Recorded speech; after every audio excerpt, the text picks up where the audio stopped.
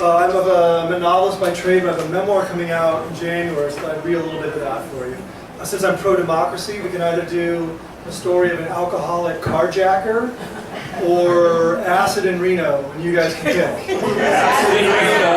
I mean, was that really even a debate? Driving on acid is underrated. It's not as dangerous as you're thinking. You sort of float down the road. Granted, it's hard not to speed, and staying in your lane is almost impossible. It's a cross between a luge and a magic carpet ride. Okay, it's probably as dangerous as you're thinking. I scored some acid with 3 of my dirtbag friends, and we drove off. Okay, I drove off on acid. They drank beers and sang along to the radio.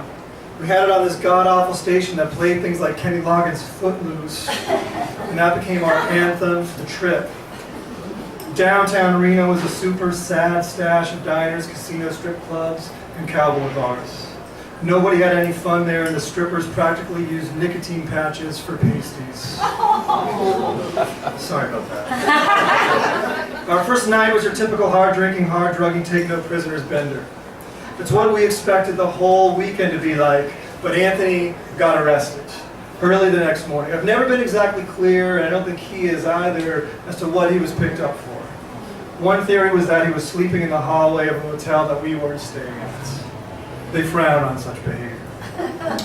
So we were killing time the next morning, Jabiz, Ben, and me, waiting for Anthony to be freed from the tank.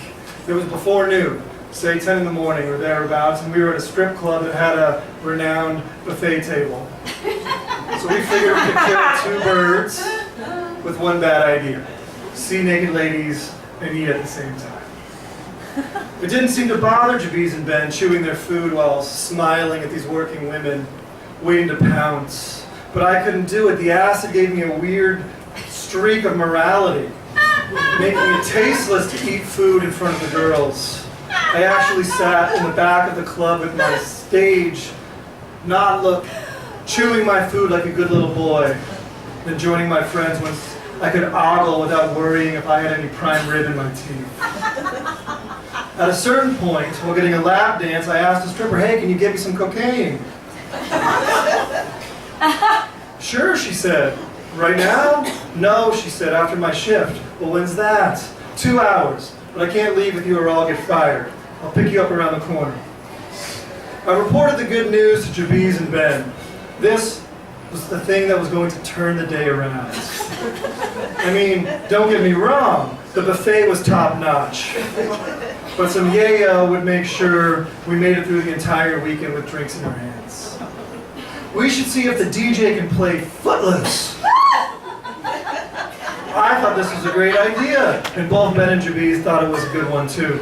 Unfortunately, the DJ did not have that track. Instead, as a Kenny Loggins consolation, he offered Danger Zone from the Top Gun soundtrack.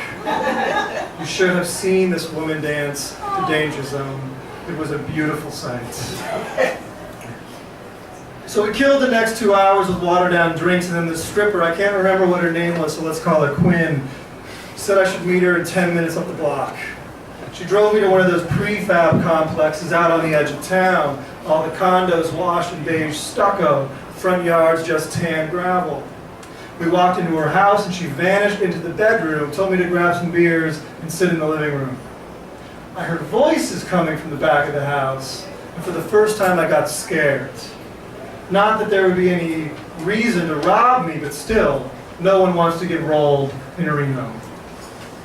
But soon she returned carrying a baby. A little boy with bright red hair, the same shade that I had as a youngster. "This is Bobby," she said. "Who are you talking to?" I asked. She motioned to the baby. "Well, where's the sitter?" I said. "Well, yeah. Anyway, you watch him for a few minutes and I'll go get the blow," Quinn said. She handed me the baby before I had a chance to say anything back. Then she disappeared into the backyard through the sliding glass door. It was me and Bobby. We stared at each other. I bounced him on my knee and I said, "I'm a friend of your mom's?"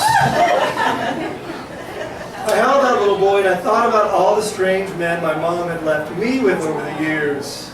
Once my dad bolted, There was this one crazy cat named Jim B. I don't know much about him really. He was the handyman at the company where my mom was the secretary. He had a hair trigger. I saw him wing a coffee cup in a car because the guy cut him off in traffic.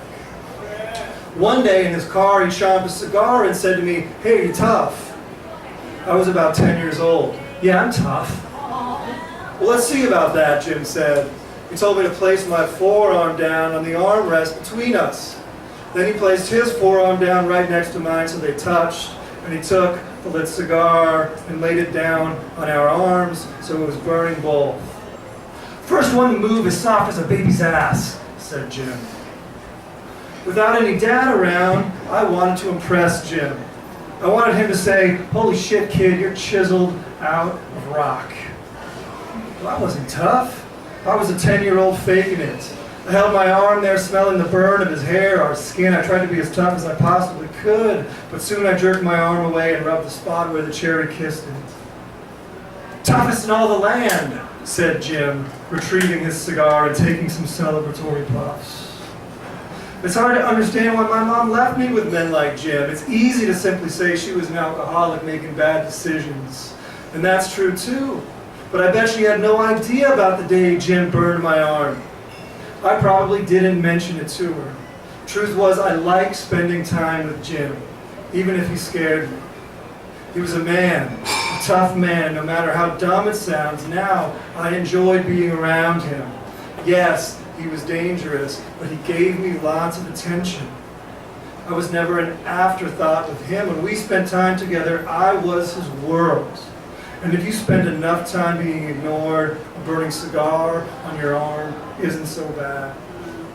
"Your mom loves you," I said to Bobby, bouncing him some. "So does your dad. They're trying their best." I had young sisters. I was good with babies, but Quinn didn't know that. She didn't care. Needed her cut of money from selling me an 8-ball. She wasn't getting rich working the morning shift at the club. I don't want to say apathy. I don't want to say malice. Don't want to believe that Bobby was left with men like me often. Men looking to score drugs, score anything Quinn was looking to hawk. I don't want to ponder all the Jims that might have sat on that same sofa, whipping out their burning cigars, or worse. I don't want to say any of that because Bobby, he deserves better. Quinn was back in about 20 minutes, offered me a ride back to town, but I said I'd rather walk. "It's 8 miles, she said. "Yeah, I don't care, I'll call a taxi." "They don't come here." "Well, why?" "Just let me drive you," she said. "Well, can Bobby come?" I asked. "Of course," said Quinn. "I can't leave him here by himself, right?" She smirked at me, and I pretended that I didn't know what her face meant.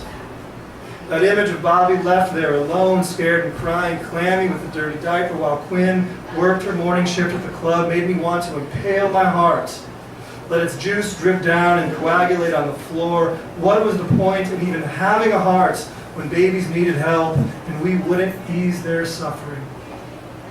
It wasn't my fault, per se, but I was there.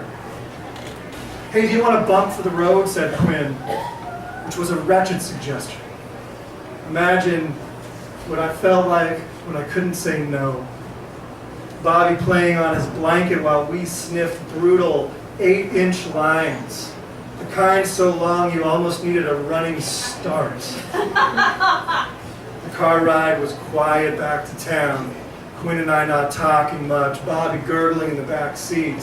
That red hair of his. That red hair of ours. I stared at it in the rear view, knowing that in a couple minutes I'd never see this boy again. He'd live his life, and I'd live mine, but in this wicked world, our paths would never converge. Sometimes, toward a movie's conclusion, thoughts motor up the screen, telling the audience where this man or woman ended up down the line, and I'd like to do the same thing for Bobby. I'd like to cook up a future for him. First, his mom gets clean. Second, they get the fuck out of Reno, Nevada. Third, she falls in love with a good man, and Bobby is never as a father figure, someone who's never even smoked a cigar. Fourth, his father raises Bobby as his own, teaching him to be kind, to be a hard worker, to honor his commitments, and his father never dies. His father lives forever. Fifth, I want Bobby to never even try booze or drugs, swear them off just because he knows the havoc they wreaked in his mom's life before she got sober. Sixth, Bobby is safe and solid. He is a safe and solid man with a safe and solid life. That's what I want so badly for that innocent boy, and who knows? Maybe that's what happens. All I can tell you for sure is that they drove off. I was alone in the motel parking lot with the blow. Anthony was probably out of jail by then. Javiz and Ben were antsy to get high. Bobby was gone, leaving all us Jims in the rear view. Thank you very much.